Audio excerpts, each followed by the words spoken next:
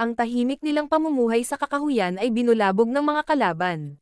Dahil dito, napilitan silang mamuhay sa karagatan. Alamin natin ang kwento ng Avatar: The Way of Water.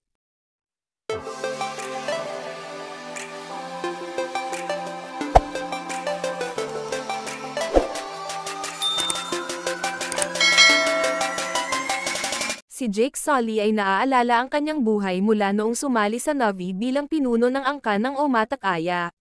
Siya at si Neytiri ay naging mga magulang ni Neteyam, Locke, at Toph, kasama ang isa pang ampon na si Kiri, na siyang biological na anak ng Na'vi avatar ni Grace Augustine. Kasama si Spider na tinuturing pinsan ng mga batang Na'vi, na naiwan ng mga human scientist. Mabilis na nabasag ang kaligayahan ni Jake nang magsimulang bumaba ang mga shuttle ng mga barko ng RDA sa Pandora, sinira ang malalaking bahagi ng kagubatan at pinatay ang wildlife. Dinala ni Jake at Neytiri ang kanilang mga anak at ang iba pang Na'vi sa isang ligtas na lugar. Makalipas ang isang taon, nagising si Colonel Miles Quaritch na nabuhay muli sa sarili niyang avatar body. Nahimasmasan siya nang pigilan siya ng kasamahan niya, at nagpakilala sa kanya. Kumalma siya at tinignan niya ang hitsura sa salamin bilang isang Na'vi. Nagpa siya si Quaritch na pamunuan ng isang koponan pabalik sa Pandora na may isang layunin sa isip na patayin si Jake.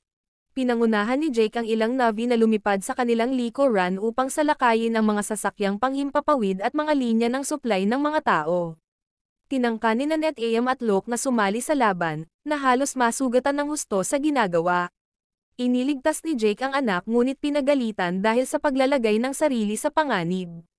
Samantala, sinamahan ni Spider sina Locke at Kiri habang papunta sila sa pasilidad ng pananaliksik ng tao kung saan patuloy na nagtatrabaho sina Norm Spellman at Max Patel.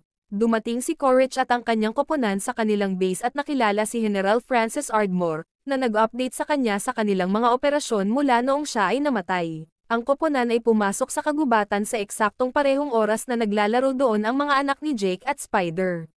Nahanap ng mga kontrabida ang mga bata, at napagtanto nila na sila ay mga anak ni Jake dahil mayroon silang 5 daliri. Nakilala ni Quaritch si Spider at napagtanto na siya ang ama ng bata. Nagawang mailigtas ng mag-asawa ang kanilang mga anak, subalit si Quaritch at mga tauhan nito ay nakatakas kasama si Spider. Kinumbinsi niya si Spider na sumabay sa kanya sa kanilang misyon, o kung hindi ay mag-eksperimento ang mga siyentipiko sa kanya. Kinausap ni Jake si Neytiri tungkol sa pag-alis sa grupo ngayong sila ay tina-target. Bagamat ayaw ni Neytiri na umalis sa kanyang tahanan, tiniyak sa kanya ni Jake na ito ang pinakamabuti para sa kanilang mga anak at sa iba pang angkan.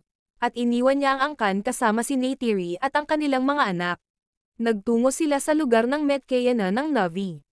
Humihiling si Jake ng tirahan para sa kapakanan ng kanyang pamilya, kahit na mabilis na minamaliit ni Ronald at ng iba pang mga tribesmen si Jake at ang kanyang mga anak para sa kanilang kalahating tao na pamana, pati na rin ang potensyal na magdala ng kanilang mga panganib sa lupaing ito. Iginagalang ni Ton Awari ang tagumpay ng Torek Makto at pinapayagan silang manatili. At inutusan din ang kanyang mga anak na sina Aunong at Chireya na ipakita sa mga anak ni Jake kung paano makibagay sa kanilang karagatan. Ang mga anak ni Jake ay sinamahan ni Aunong at Chireya. Sinubukan ni Loak na kumonekta sa isang nilalang, mabilis siyang hinila sa tubig at itinapon. Sina Jake at Neytiri ay ipinakita kung paano lumipad si Surak, na maaaring gumalaw sa hangin pati na rin sa ilalim ng tubig. Lumapit si Loak kay Chireya, na nagpapakita sa kanya kung paano mas mahusay ang kanyang paghinga sa ilalim ng tubig. Sina Aunong at Ratekso ay antagonista kay Kiri dahil siya ay itinuturing na kalahating lahi, na humantong sa pagsuntok ni Loak sa mukha ni Aunong. Nakiisa si Neteyam sa pakikipaglaban kasama ang mga kaibigan ni Aunong. Pinilit ni Jake si Loak na humingi ng tawad kay Aunong. Ginawa niya ito, at inanyayahan ni Aunong si Loak na manghuli kasama niya at ng kanyang mga kaibigan. Lumayo sila hanggang sa linlangin nila si Loak na habulin ang isang nilalang, bago siya at ang kanyang nilalang ay inatake ng isang akula na pumatay sa kanyang alaga bago siya hinabol.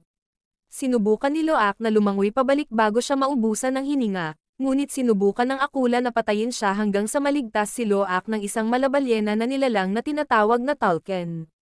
At pinangalanan niyang Peakan. Sinundan ni Loak si Peakan at may nakitang salapang na nakaipit sa kanyang palikpik, inalis niya ito, at nakuha ang tiwala ni Peakan. Nakita ng lahat ang pagbabalik ni Loak, at pinagalitan ng pinunong Tonawari si Aunong sa pagdala kay Loak sa ipinagbabawal na lugar. Ngunit sinisi ni Loak ang lahat para hindi masangkot si Aunong sa gulo. Sinabi ni Loak sa kanyang mga kapatid, kasama si Chireya at ang iba pang Metkayana, tungkol sa pakikipagtagpo niya kay Payakan. Ngunit ipinaalam ni Chireya kay Loak na si Payakan ay itinuturing na isang outcast kasama ng iba pang Tulken. Dinala ni Chireya ang iba patungo sa lungga ng kanilang mga ninuno, na ipinapakita sa kanila kung ano ang hitsura ng lupain sa panahon ng eclipse. Ginagabayan din niya sila sa ilalim ng tubig patungo sa Metkayana Tree of Souls. Kapag ikinonekta ni Kiri ang kanyang sarili sa puno, nakikita at nakakausap niya si Grace. Gayunpaman, hindi nagtagal ay nagdusa si Kiri ng isang kakilakilabot na seizure, at ibinalik siya ng kanyang mga kapatid sa baybayin.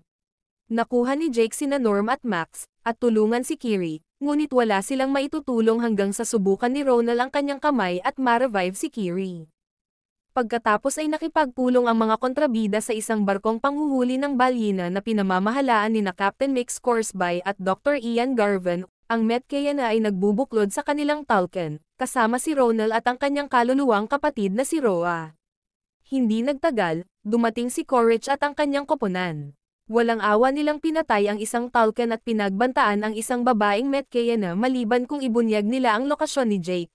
Ang mga kontrabida ay nagsimulang sunugin ang kanilang mga puno at tahanan. Nakita ni Loak ang mga alaala ni Payakan at nakita niyang sinalakay niya ang mga manghuhuli ng balyena dahil pinatay nila ang kanyang ina at pamilya. Kinausap ni Loak si Chireya tungkol dito, at naniniwala siya sa kanya. Sinimulan ng mga whaler ang kanilang pag-atake, naglunsad sila ng mga salapang na puno ng mga inflatables at tinutusok ang mga palikpik ng Tulken, kabilang si Roa at ang kanyang anak.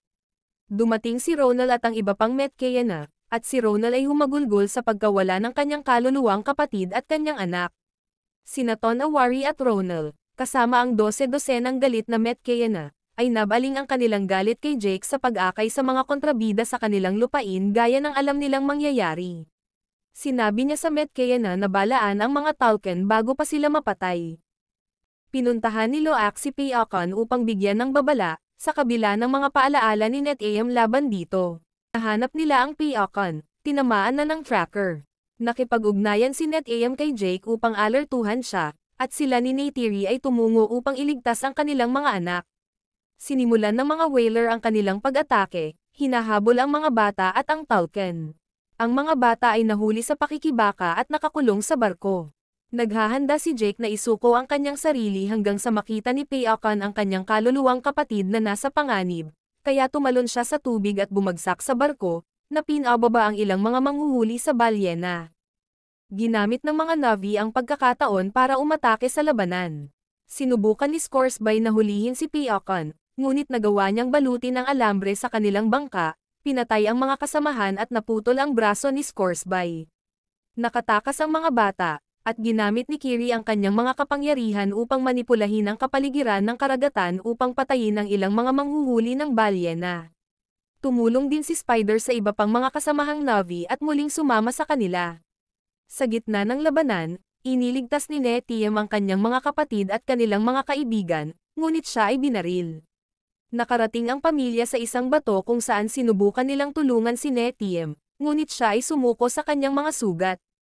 Si Neytiri ay umiiyak sa kawalan ng pag-asa sa pagkawala ng kanyang anak, at ang pamilya ay nagdadalamhati. Kinontak ni Courage si Jake, sinabi nito na bihag niya si Kiri at Top. Tumungo si Jake sa lumulubog na barko para sa panghuling labanan. Walang awa na pinatay ni Neytiri ang koponan ni Courage bilang ganti para kay NetAM, tulad ng pagharap ni Jake sa kanyang kaaway. Matapos palayain ni Jake si Top, lumabas si Courage kasama si Kiri at isang kutsilyo sa kanyang lalamunan. Hinawakan ni Neytiri si Spider at binantaan ang kanyang buhay kapalit ng kanyang anak. Tumanggi si Courage sa una, ngunit akmang sasaksakin na ni Neytiri si Spider ay nagpaubaya siya. Dinala ni Neytiri ang mga bata sa kaligtasan, at nagpasya si Jake na tapusin ang laban nila ni Courage. Nakulong ang pamilya sa ilalim ng tubig. Nilabanan ni Jake si Courage hanggang sa makuha niya siya sa isang chokehold at hayaan siyang lumubog sa ilalim ng tubig. Nahanap ni Loak ang kanyang ama, na nagsabi sa kanya na umalis nang wala siya dahil sa palagay ni Jake ay hindi siya makakarating. Ngunit tinulungan siya ni Loak na huminga sa paraang ipinakita sa kanya ni Chireya, at tumakas sila kasama si Piakon. Samantala, ipinatawag ni Kiri ang mga nilalang sa ilalim ng dagat upang tulungan siyang mailabas sina Neytiri at Top doon. Lumalangoy si Spider para iligtas si Courage, ngunit iniwan niya siya dahil sa kanyang masasamang gawa at muling sumama sa pamilya ni Jake. Magpapalam na si Jake kay Tonawari, ngunit sinabi niya kay Jake na siya at ang kanyang pamilya ay Metkaya na ngayon at malugod na tinatanggap na manatili. Ang pamilya ay nagdaos ng libing para kay NetAM, kung saan ang kanyang katawan ay ibinibigay sa puno ng mga kaluluwa, at sinabi sa kanila na kasama niya ngayon si Ewa. Iniugnay ni na Jake at Neytiri ang kanilang sarili sa puno, kung saan makikita nila si NetAM sa pamamagitan ng mga alaala. Si Jake, na kinikilala ang lupaing ito bilang bagong tahanan ng kanyang pamilya, ay nangakong patuloy na lalaban at proprotektahan sila.